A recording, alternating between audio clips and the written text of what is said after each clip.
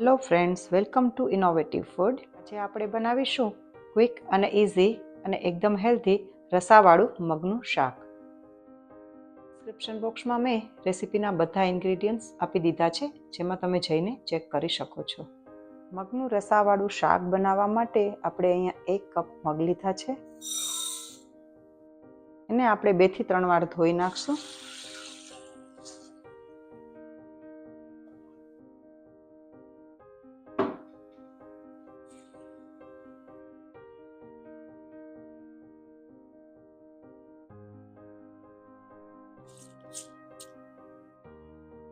હવે આપણે કુકરમાં એડ કરીશું.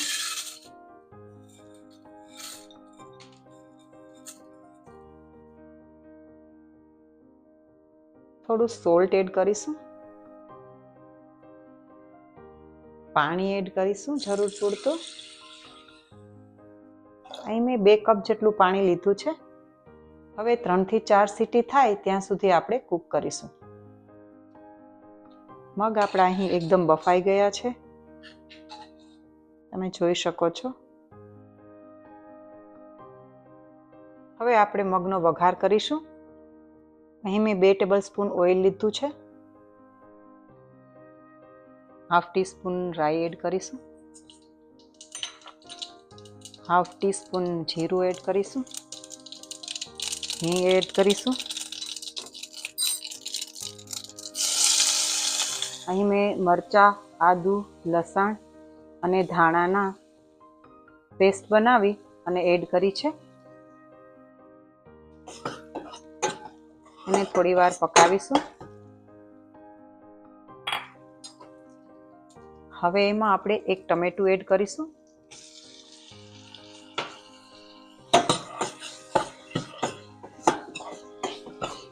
ટમેટું તમે સ્કીપ પણ કરી શકો છો.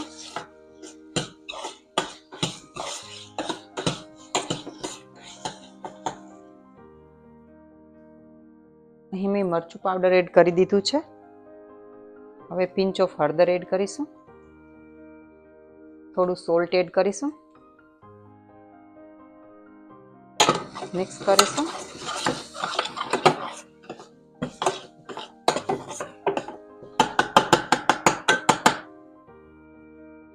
એમાં થોડું પાણી એડ કરીશું, જેથી આપણા મસાલા અને ટમેટું પાકી જાય.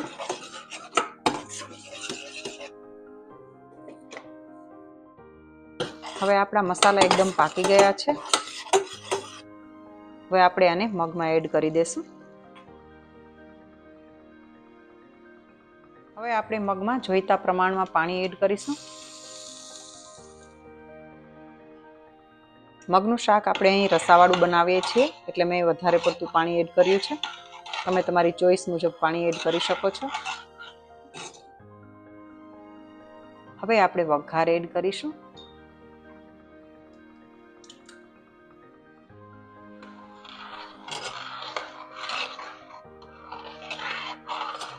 હવે આપણે શાકને 4 થી 5 મિનિટ સુધી પાકવા દેવાનું છે. વચ્ચે વચ્ચે એને આવી રીતે હલાવતા રહેશું.